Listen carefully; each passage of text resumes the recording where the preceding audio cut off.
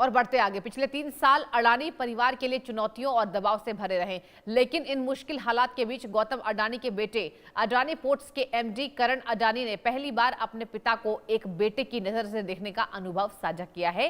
करण अडानी ने कहा कि उन्होंने अपने पिता को हर सुबह उठकर तमाम आरोपों और सुर्खियों के बीच फिर उसी काम में जुटते देखा, उस काम में जिसे वो देश निर्माण का हिस्सा मानते हैं।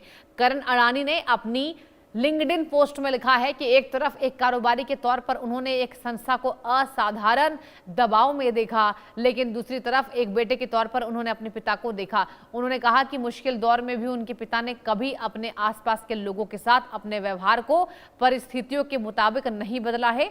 करण के मुताबिक उन्होंने अपने पिता में सबसे बड़ी सीख यही ली कि कई बार मुश्किल दौर का सबसे मजबूत जवाब कोई जवाब नहीं होता, बल्कि काम करते रहना और निर्माण करते रहना होता है। करण अडानी ने उन दिनों को याद करते हुए कहा कि सुबह उठते ही नई सुर्खियां, नए आरोप और नए सवाल सामने होते थे।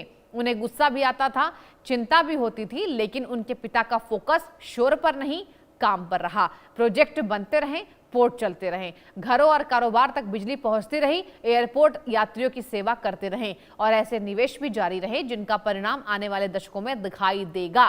करण ने दर्शकों को कहा कि भारत रुका नहीं है, क्योंकि उनका परिवार एक मुश्किल दौर से गुजर रहा था और उनके पिता भी नहीं रुके। उन्होंने बताया कि बचपन में उनके लिए गौतम अडानी किसी कारोबारी नाम से ज्यादा सिर्फ पापा थे, लेकिन पिछले 3 सालों से उन्हें अपने पिता को एक अलग नजरिए से समझने का मौका दिया। उनके मुताबिक गौतम अडानी के लिए इंफ्रास्ट्रक्चर और नेशनल बिल्डिंग सिर्फ नारे नहीं, बल्कि भारत की आने वाली जरूरतों और आकांक्षाओं में विश्वास है। तो देश निर्माण के संकल्प से गौतम अडानी नहीं पीछे हटे।